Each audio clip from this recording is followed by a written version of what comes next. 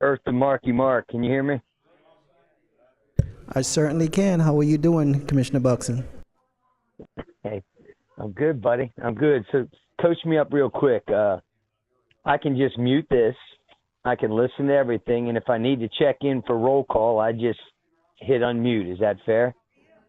That's correct. All righty. Well, I think I'm going to go mute right now. And no, you guys can't see me right now, right? Yeah, at the moment we can't see you. Right. Yeah, and there's no need to either. I'm sitting on a deck down here at the beach. But all right, well, I'm going to mute up, and I'll wait for you guys to get going, okay? Okay, sounds good. Thanks.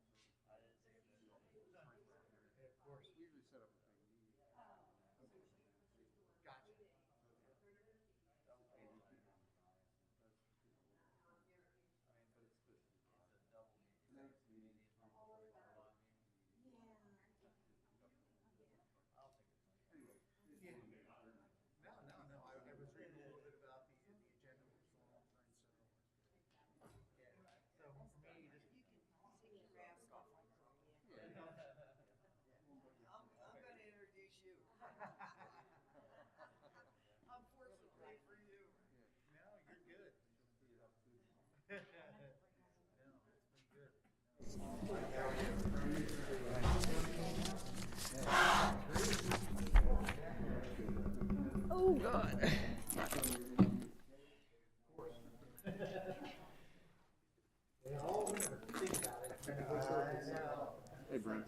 How are you, Mike? Good to see you.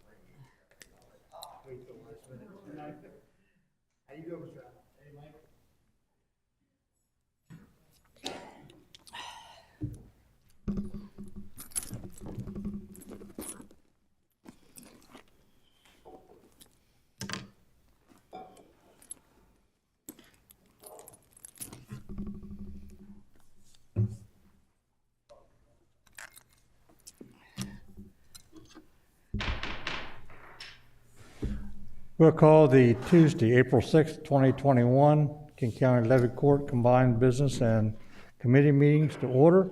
Before we proceed to the business meeting, we'll have the county administrator read the rules for the WebEx. Thank you, Mr. President. Yes, this meeting this evening is a combined Levy Court business and committee meeting, and we do have some guests joining us via WebEx or the phone line, and so it's somewhat of a hybrid meeting, and because of that, we ask that everyone during the meeting, if you have an opportunity to speak or address Levy Court, that you precede your comments by stating your name so that those who may be listening on the phone can at least put a name to who's speaking. And when you're through, if you can acknowledge that you're completed so that we can move on. We'll prompt those folks who we have on WebEx or on the phone line at the time where there's opportunity for public comment to unmute their devices to be able to enter the meeting virtually. And this meeting, being a business meeting of Levy Court, is subject to all the rules of procedure adopted by Levy Court, including the Mason's Rules of Order that we follow here for our business procedures. And Mr. President, at this time, I'll turn the floor back to you to begin the meeting. Thank you. Thank you. We'll come to order, and we'll start the meeting with the invocation by Commissioner Howe, Pledge of Allegiance by Commissioner Maston, A moment of silence for our troops and first responders, Commissioner Sweeney. All rise. Heavenly Father, we recognize your presence tonight and pray that our proceedings will be pleasing to you. In Jesus' name we pray. Amen. I pledge allegiance to the flag of the United States of America and to the republic for which it stands, one nation, under God, indivisible, with liberty and justice for all. Please remain standing for a moment of silence to honor our military members, law enforcement officers, firefighters, paramedics, and other first responders who have lost their lives in the line of duty, protecting and fighting for our freedoms. In addition to those listed here, we also honor first responders, nurses, and doctors who have succumbed to COVID-19 virus complications contracted through close interaction with infected patients, losing their lives caring for others.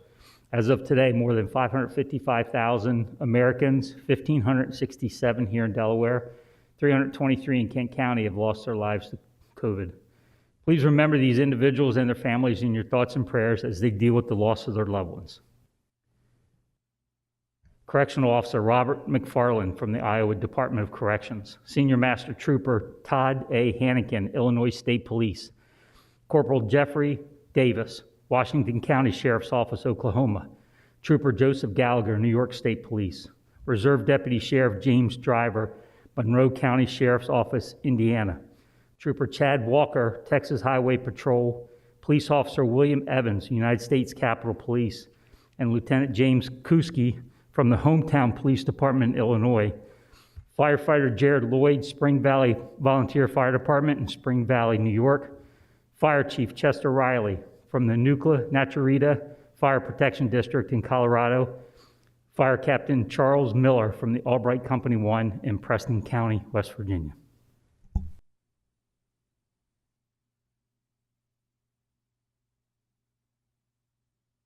Thank you. Mr. Tanaka, can we have a roll call, please? Mr. Angel, Present. Mr. Buxton, Present. Mr. Hall, Present. Mr. Howell, Here. Mrs. Maston, Here. Mr. Sweeney, Here. Mr. Pepper. Here. Mr. President, roll call reveals 7 present. Thank you. We have 6 present here in the chambers, and Commissioner Buxton is joining us via WebEx this evening.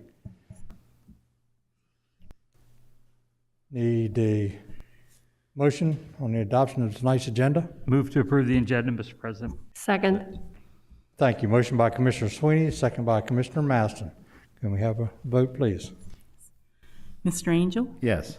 Mr. Buxton, Yes.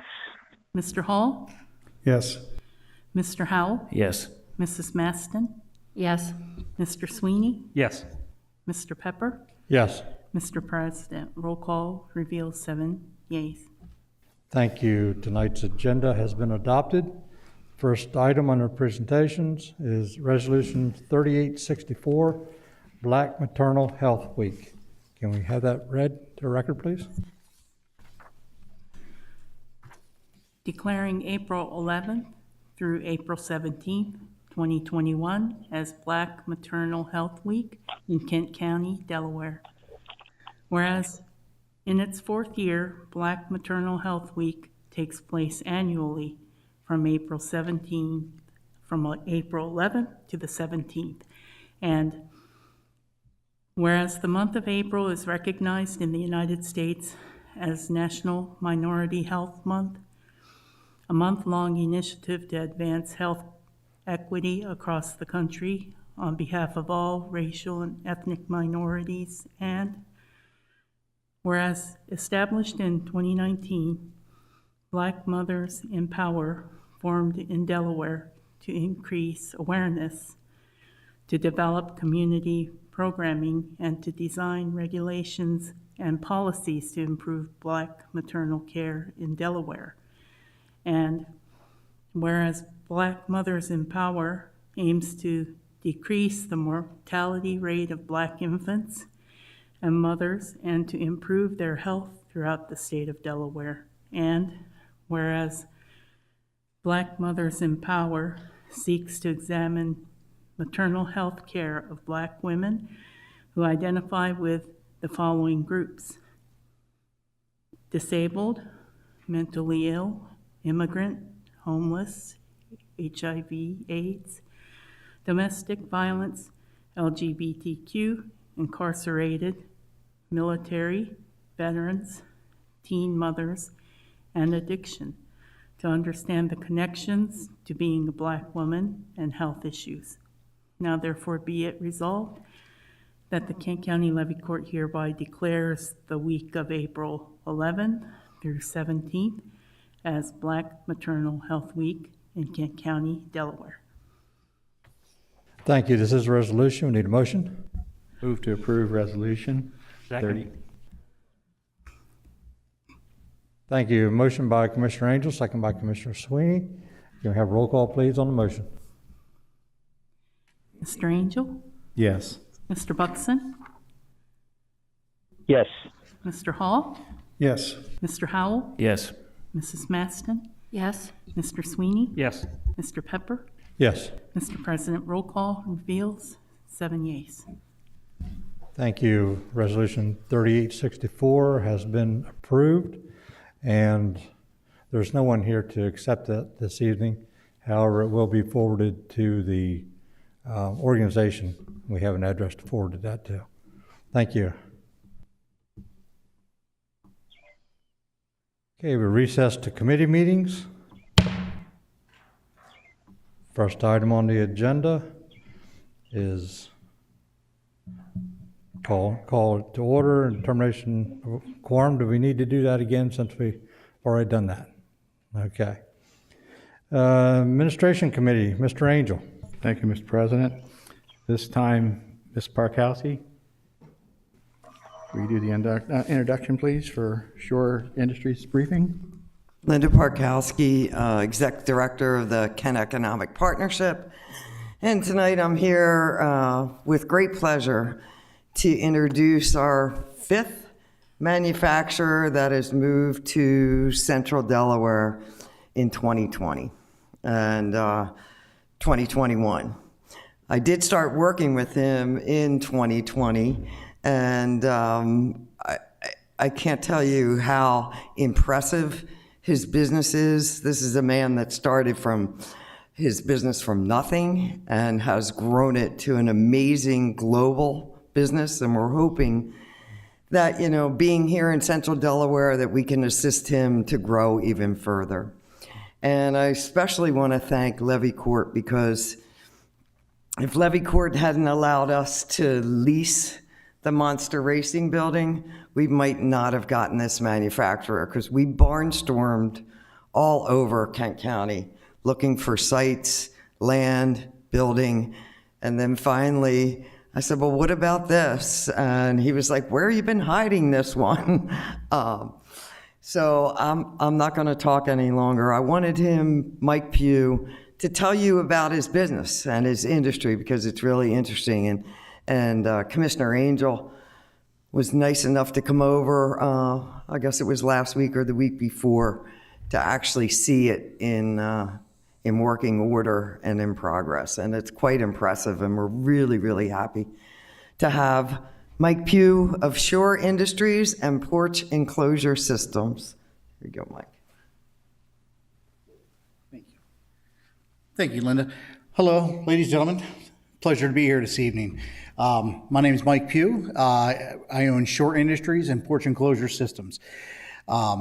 We've spent many years looking for a right place to move to, and had the pleasure of meeting Linda and working with her. And over the course of about a 6-month period, she pretty much ran me through the ringer of every piece of property in Delaware that we could come up with. And coming from another state close by, and the lack of help and enthusiasm for small businesses, it was really refreshing to have someone like Linda step in and show us the ropes here and get us and find us a home. Moving here has already paid dividends. 2 weeks ago, we had the pleasure of everybody coming out, WBOC, get a nice little news article and a little piece of paper written, and we've had quite a response just out of that initial news feed.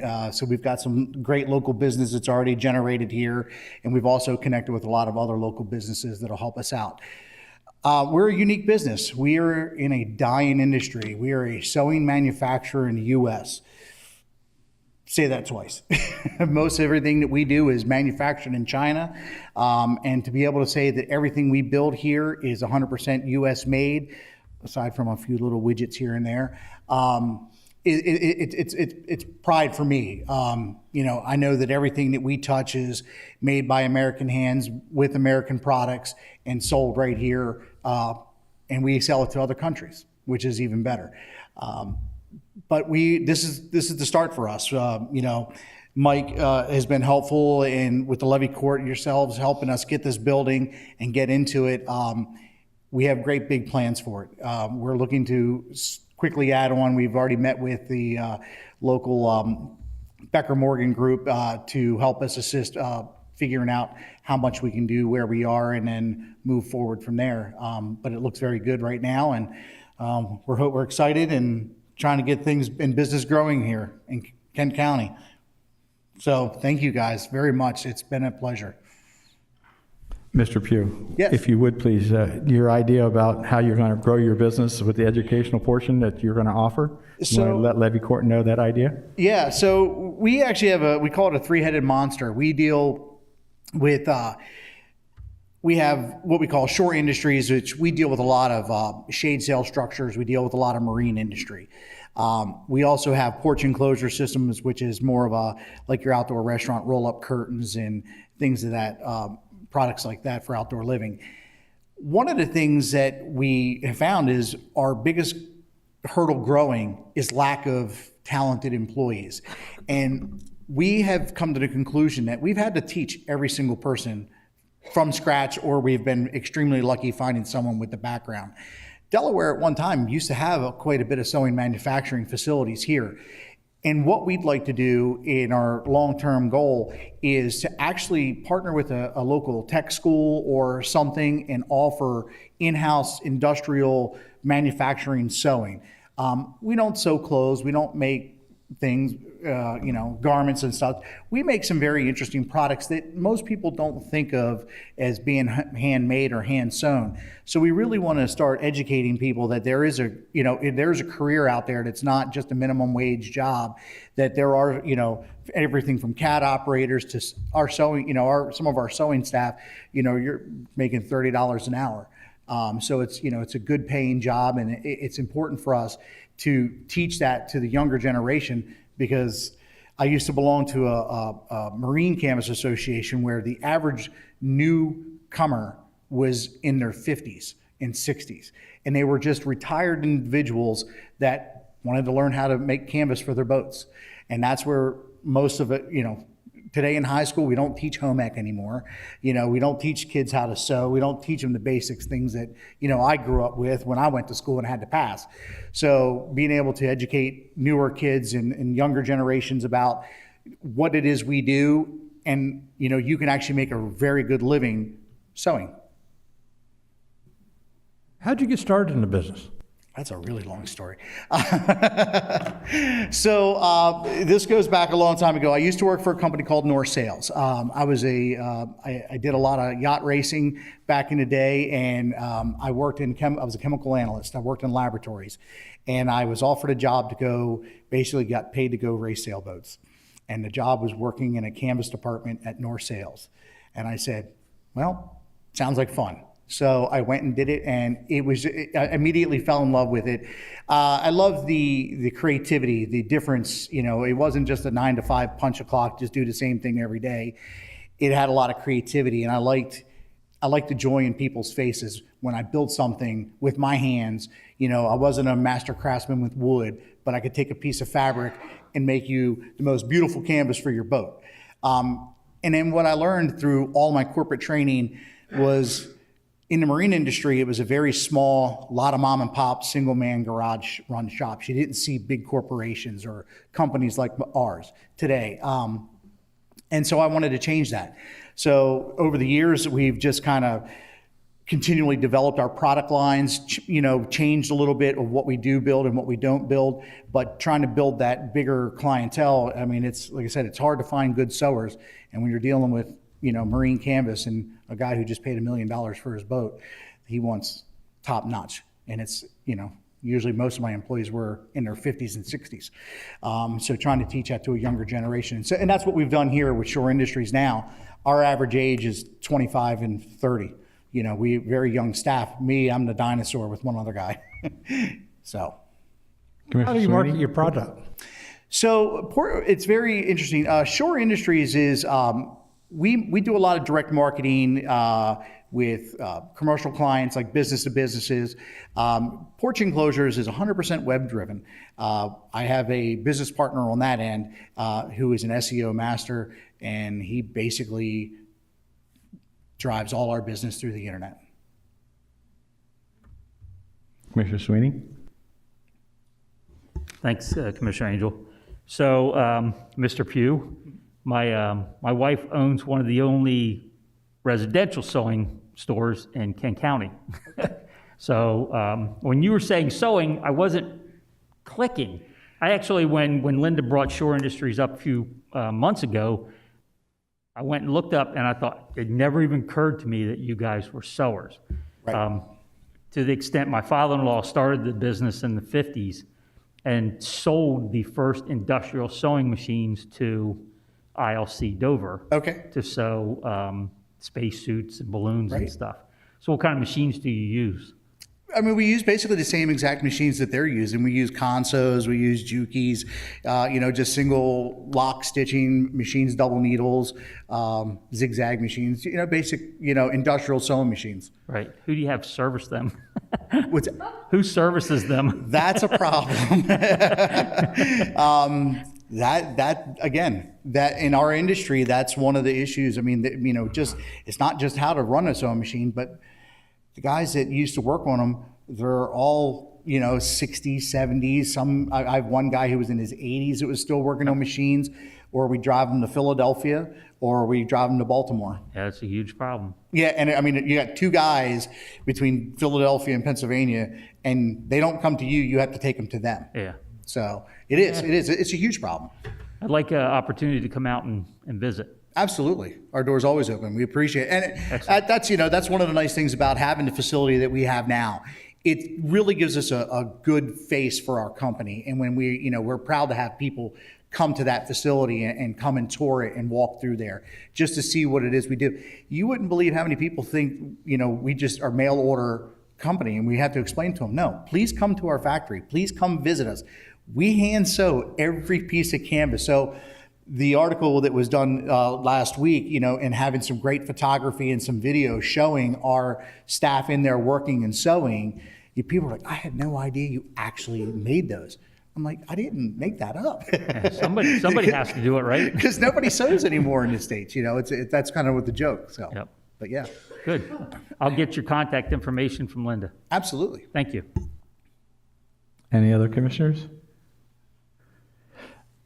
Mr. P, you want to talk about your enclosure business also that's coming? Yeah, porch enclosures, that's an interesting concept, with the onset of COVID and outdoor spaces and different things, having to create extra large outdoor seating areas. This was kind of a product that we've been making, in the marine industry for, decades. And we were manufacturing for another company that is here in Delaware for a while. And then we had the idea that, we could take this to a much larger scale. So I partnered with Market IQ, which is a friend of mine, Greg Jenkins, and he and I developed, a game plan and a market idea for how to get porch enclosures out there. And we were going to do this with no brick and mortar other than our manufacturing facility, and this was going to be straight internet sales. We average about 1,000 leads a week on our internet site. So we have a huge presence on the internet. We're competing with companies all over the country, and we ship all over the country. One product that we didn't really discuss about what our company does is that we partnered with a company out of Wales, Makefast.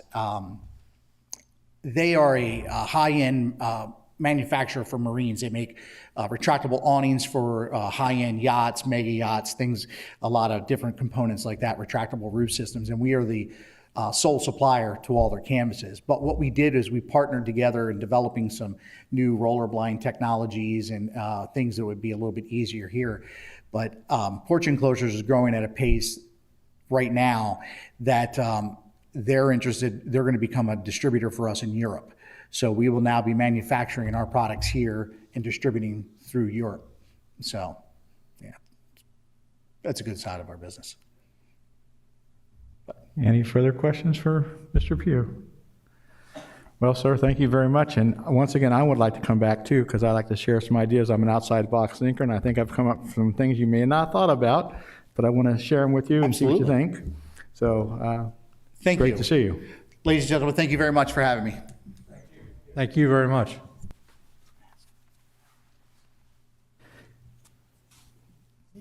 Okay, next on the agenda is meeting with Dover City Manager Randy Robinson, excuse me.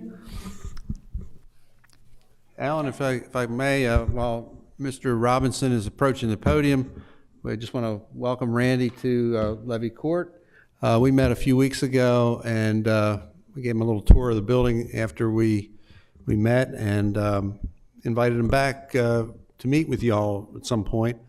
And so we arranged to do it tonight, and Randy's here. I'm going to let him tell you a little bit about himself and some of his vision for the city. And I did in advance, Randy. I sent the commissioners your bio over. I think they went out on Monday. I don't know if everyone got a chance to read it, but it's a very interesting history.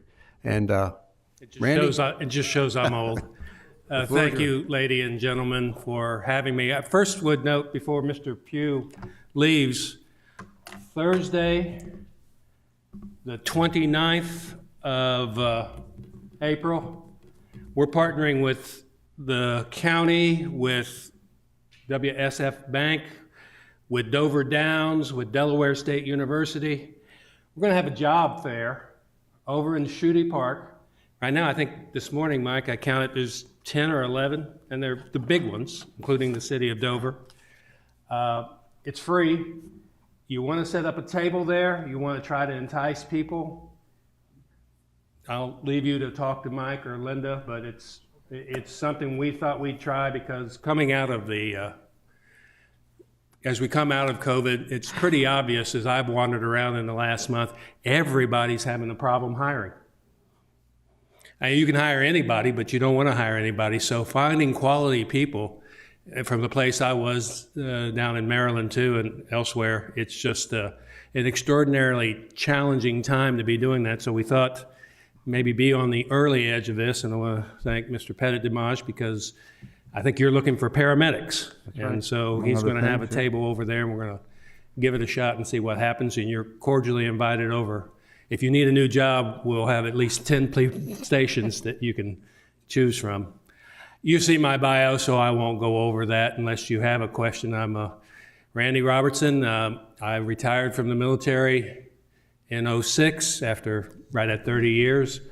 My wife, Darlene, is a retired Army officer too. She has always outranked me. We get that out of the way very early. She came directly in as a captain, so she's always outranked me in one shape or another. After retiring, I started in the city management arena. The Army had sent me to some courses, and I was an installation chief of staff of White Sands, and that's the largest military installation in the United States out in the desert. So between going to desert stops several times at White Sands, I thought I enjoyed that kind of thing of running fire stations and police stations and engineering and all the things that a city or county manager does. So I've been doing this. I may be some repute that I might be the most traveled city manager in the history in 15 years.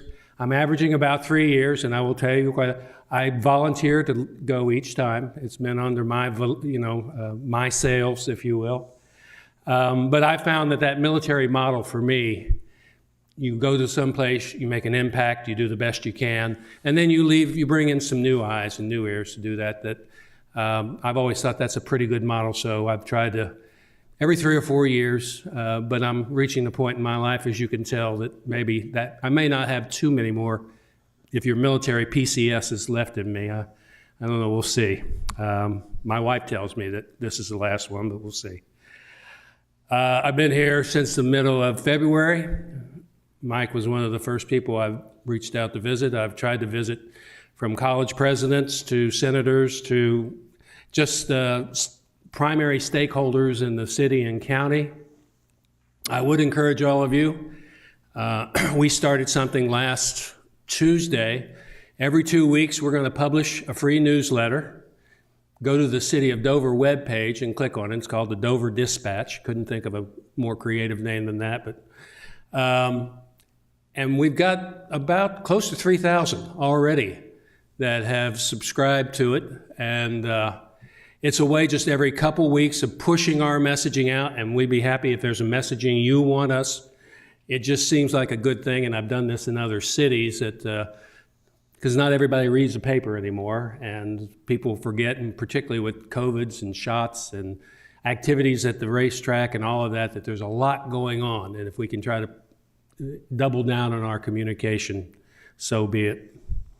I've been very impressed with the city. It's sort of, for me, a capstone, because coming to a capital city, it's never been necessarily about the size of the city, because what you do for one city of 3,000, you still about do the same for 40 or 50,000. But being in a capital was an allure, and I appreciate the city council having the trust and confidence to ask me to come up and join the team. But short of that, I want to thank you for having me over, and I would say one thing before she leaves. I'd not met her physically until tonight. We've seen each other over Zoom calls, but I would say in the month and a half I've been here, the partnership on economic development is really good here. It's better than anywhere I've been, I will tell you that. And yeah, there are 16 or 18,000 counties and cities and municipalities and parishes, and all of them out doing the same food fight for something to grow, to improve. And this relationship that I've seen in 45 days between the county and the city, and all the cities around here, I think leads to things like this. And if we don't have it, you have it. And if you don't have it, we have it. And between that synergy, it's a force multiplier, as we say in the military. So kudos, and we're actually going to have lunch together with a big guy in the development business on Thursday that I knew from Maryland. I've invited him up, and he approached me before I ever left and said, there's a lot of good things going up in that area. So keep me in mind. And 30 days after I was here, he emailed me and said, have you kept me in mind? And I said, come on up. So we're gonna try to pick him and see if we can do a little bit more together. Subject to your questions, ladies and gentlemen, is there anything I can do for you tonight? Any questions for Mr. Robinson? No, well, I have three, sir. All right. First of all, thank you for coming forward tonight. President Pepper and myself are county city liaisons between the two, so we'll be working with you closely too, as a liaison to the county, to the city. I see you came from Aberdeen Proving Grounds at Aberdeen, Maryland. I always tell everybody I was born in Aberdeen Proving Grounds. I was a test baby. And there's not too many can appreciate that, but I know what you're talking about. That's why I'm bringing it up. And then also, my last duty station was Mannheim, Germany. Hooah! So we have some discussions. That means something. Yes, 2nd Signal Brigade. That was I was chief of staff there. So, and I got there about 4 days before the Pentagon was hit. My office was actually in the Pentagon, and my boss was killed. So I have the 2nd Signal Brigade. Who knows what would have happened to me had I been around just a few days later. But Mannheim, there's nothing left though. I think I was back there a couple years ago. We're all gone. We're all gone from Heidelberg. Everything's gone. So we'll have an interesting discussion. So, but thank you for coming forth. Thank you, sir. No other further questions? Thank you, sir, very much for coming forth. Well, God bless all of you, and he knows where to find me. And If you do know someone a company that's is having a hard time, we've just been talking word of mouth. Like we were in Grotto's Pizza for a department head meeting, and they were talking about how the challenges they had, so they're coming. So if, again, the 10 of you or the 8 of you know someone, then please, it's all free, and we'd be happy to have more tables there. Thank you. Welcome. Look forward to working with you. Any public comments on these two items? Mr. Sweeney. Thanks, Commissioner Angel. Real quick, I see Linda's. So Linda, when you got up and spoke about Shore Industries coming in, I didn't get a chance to tell you, you thanked us, but this is on you. You're the one that brought them in here. You're the one that fought for it. You're the one that did all the work. And Mr. Robertson's walking out the door, but I ride by U.S. Corrugated every day. That is a massive, massive building that is in the city of Dover. And, you know, the work that you and the city of Dover did to bring U.S. Corrugated in here is to be commended as well. So thank you for all your hard work and what you did to bring them in. Thank you. Appreciate all the support. We're going to go now. Unless Mike wants to stay. If there's anyone on the line who wishes to, no one's on the line anymore, Mark? Commissioner Buxton still with us? Eric, did you have anything you had to say? I'm at a loss for words. Well done, and carry on. Great job. Very good. Thank you. Back to you, Mr. President. Thank you. Next item on the agenda is Public Works. Mr. Howe. Thank you, Mr. President. Ms. Goat will come forward. We have 3 items.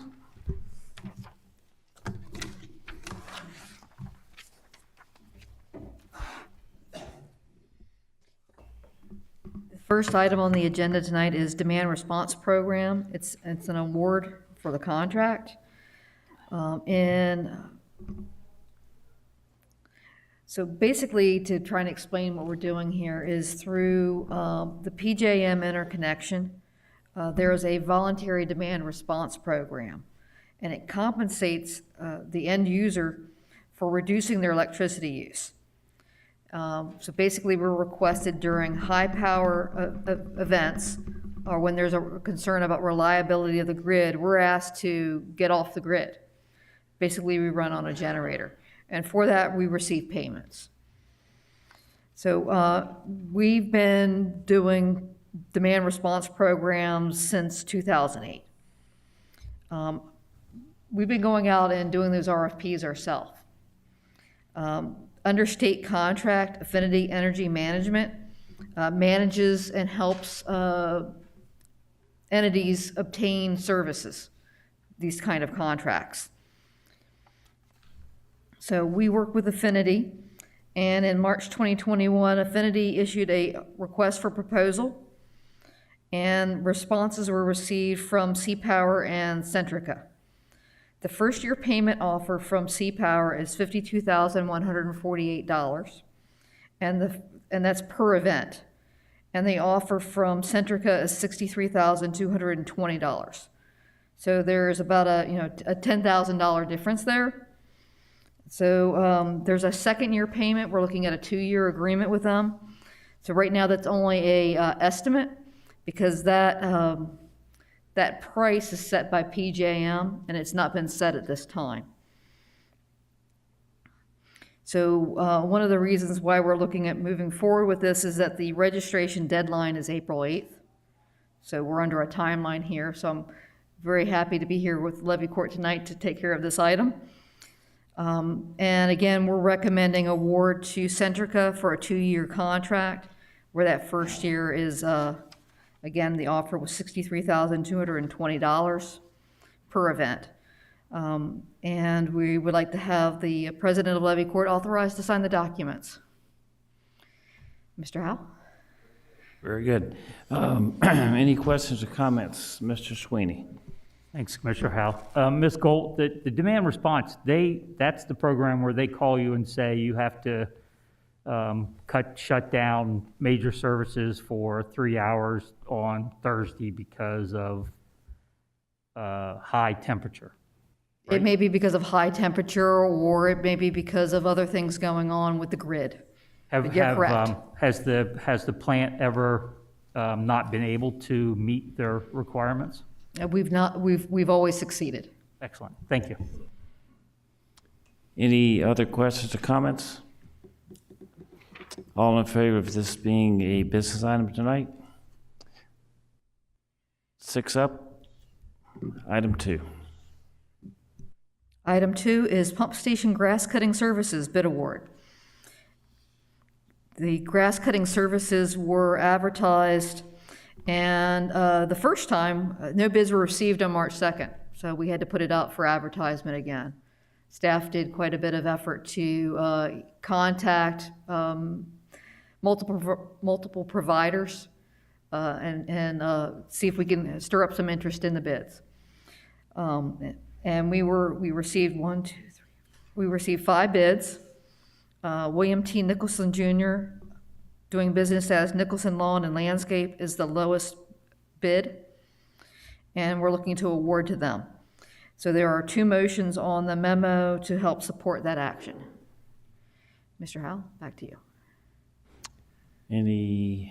Okay, we got a couple of questions here. Mr. Sweeney, then Mr. Angel.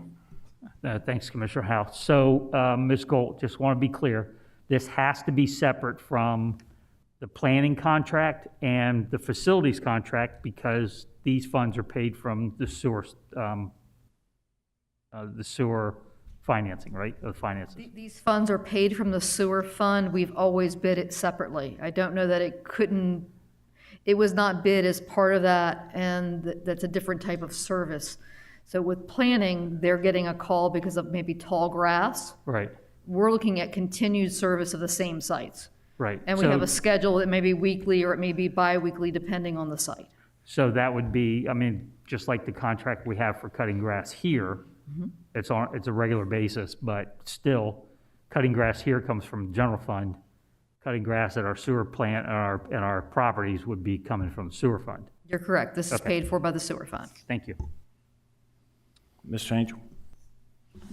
Thank you, sir.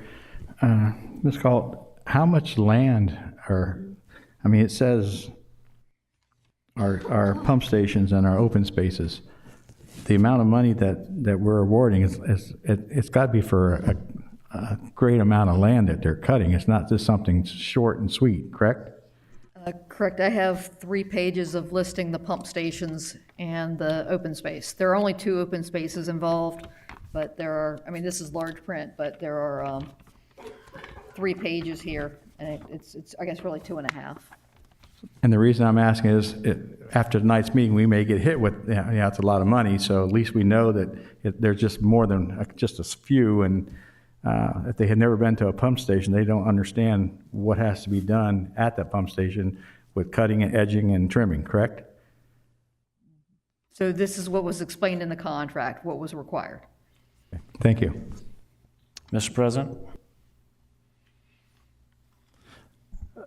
I noticed the bids here. There's quite a bit of distance between the first bid and or lowest bid and the next bid.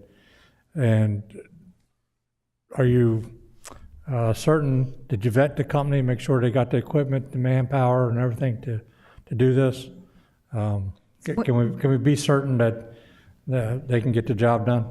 This is the current firm that we're using? Excuse me? This is the current firm that has the contract, so they've been providing the services to us, to these sites. Okay, so they were familiar with everything that had to be done before they bid? Correct. Okay, great, thanks. Any more questions or comments? All in favor of making this a business item tonight? 6, maybe 7 votes. Let's say 6 votes for now. Third item. I'm good, Commissioner Howell. I'm just trying to not hold things up, brother. We understand. The last item tonight under Public Works Committee is Weatherstone Crossing Sewer Interceptor Crop Loss Compensation Authorization for the Blessings. So basically we have a sewer project that was done, and it crossed farms owned by the Cannons and the Webbers. The Blessings happened to be one of the farmers for the Cannon property. The crop loss production data was submitted for the property. And based on our calculations, the crop loss compensation due Melissa Blessing is $2,265.27 for income loss incurred during our construction and expected in a 3-year period after that. There are multiple areas, so that it's not a straightforward calculation, and the calculation was verified by staff as well as finance. Mr. Howell? Any comments, Mr. Bucks included? No problems. Everyone in favor of being a business item tonight? 6 up. Very good. Are there any comments in the public arena, be it here or there? We have no callers on the line, so. Okay, so I guess that's that. All righty, Mr. President, back to you. Thank you. At this time, we'll reconvene the business meeting. And new business, there are potential action items from the Public Works Committee that we just talked about. First item, Mr. Howe, Demand Response Award. Thank you, sir. I move that we authorize award the curtailment services to Centrica for 2-year term for the PJM Demand Response Program, and move to authorize President Levy Court to sign the agreement or any associated documents upon county attorney's concurrence. Second. Thank you. Motion by Commissioner Howe, second by Commissioner Hall. Any questions on the motion? Seeing none, can we have roll call, please? Mr. Angel? Yes. Mr. Buxton? Yes. Mr. Hall? Yes. Mr. Howell? Yes. Mrs. Maston? Yes. Mr. Sweeney? Yes. Mr. Pepper? Yes. Mr. President, roll call reveals 7 yeas. Thank you. Second item, grass cutting. Mr. Howe. Thank you, Mr. President. Move to award the 2-year contract for grass cutting services for the 21-22 mowing seasons to William T. Nicholson, DBA Nicholson Lawn and Landscape, in an estimated amount of $61,743.90, based on the unit bid prices with options for 2 1-year extensions. Funds will be FY 21 and 22 sewer fund operating revenue, and authorize the president of Levy Court to execute the contract agreement subject to county attorney's concurrence. Second. Thank you. Motion by Commissioner Howe, second by Commissioner Maston. Any questions on the motion? Seeing none, can we have a roll call, please? Mr. Angel? Yes. Mr. Buxton? Yes. Mr. Hall? Yes. Mr. Howell? Yes. Mrs. Maston? Yes. Mr. Sweeney? Yes. Mr. Pepper? Yes. Mr. President, roll call reveals 7 yeas. Thank you. 7 yeas equals the motion has passed on the grass cutting contract bid award. Third item, Weatherstone Crossing Sewer Interceptor. Mr. Howe. Thank you, Mr. President. I move to authorize crop loss compensation for 2018 to 2022 to Melissa Blessing in the amount of $2,265.27 for loss of income incurred on the Cannon property. Second. Thank you. Motion by Commissioner Howe, second by Commissioner Sweeney. Any questions on the vote, on the motion? If not, can we have a roll call, please? Mr. Angel? Yes. Mr. Buxton? Yes. Mr. Hall? Yes. Mr. Howell? Yes. Mrs. Maston? Yes. Mr. Sweeney? Yes. Mr. Pepper? Yes. Mr. President, roll call reveals 7 yeas. Thank you. 7 yeas means the motion has passed on the Weatherstone Crossing Sewer Interceptor. That concludes the potential committee meeting action items from the previous agenda. Any informational items? Any informational items?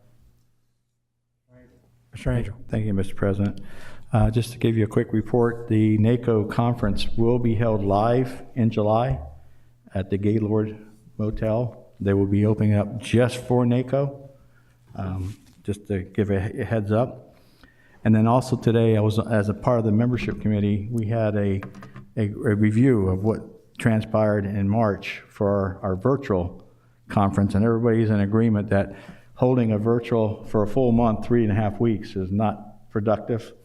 It's not, everybody had the same issues. We couldn't get on sometimes because of life got in the way or other commitments with the counties and other meetings, and so they found that even though they held it, it's not really what everybody wants to see again, hopefully. So I just wanted to bring that up to let you all know that. Thank you. Any other informational items? Seeing none, any public comments, either here or on phone? Yeah, we have no callers on the phone, so. All right, any commissioner comments? Mr. Angel. Thank you, and I meant to do this earlier with Commissioner Sweeney, but I just wanted to inform you that a very good friend of our family passed away with the COVID. He was military. In fact, he was my father's best friend. He was the first man we met when we moved here 55 plus years ago. His name was Bernard Kozak. We referred to him as Uncle Bernie. His son-in-law was Ross Trader, who went to school with us, Terry. So I just wanted to bring it up for the record that he will be really missed.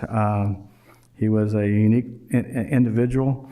He stood maybe 5'2", but looked like little Grizzly Adams when he dressed out for hunting, and he always went in the woods and came out 5 feet from where he came out at night from the same spot. He had a great sense of direction that I learned from him. He's going to be really missed by our family and his family, and I wanted to bring that up, but I forgot, so I'm doing it now. Thank you. Yeah, I remember him well, and you described him well. Good man, and yeah, he will be missed. Any other commissioner comments? Seeing none, even motion to adjourn then. So moved. Second. Motion by Commissioner Angel, second by Commissioner Mr. Pepper, Sweeney to Mr. adjourn. Pepper, before we adjourn, do we need to have a statement about going into executive session?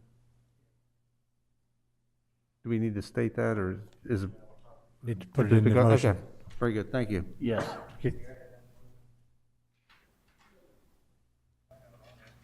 It's We'll have a brief not on there, executive just session. state we'll be adjourning from here to executive session when I'll be returning. Night? Okay, I adjourn to the executive session tonight, and we're not returning. Second. All right.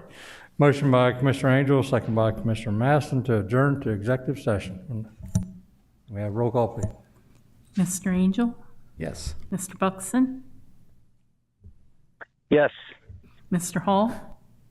Yes. Mr. Howell? Yes. Mrs. Maston? Yes. Mr. Sweeney? Yes. Mr. Pepper? Yes. Mr. President, roll call reveals 7 yeas. Thank you. We are adjourned to executive session.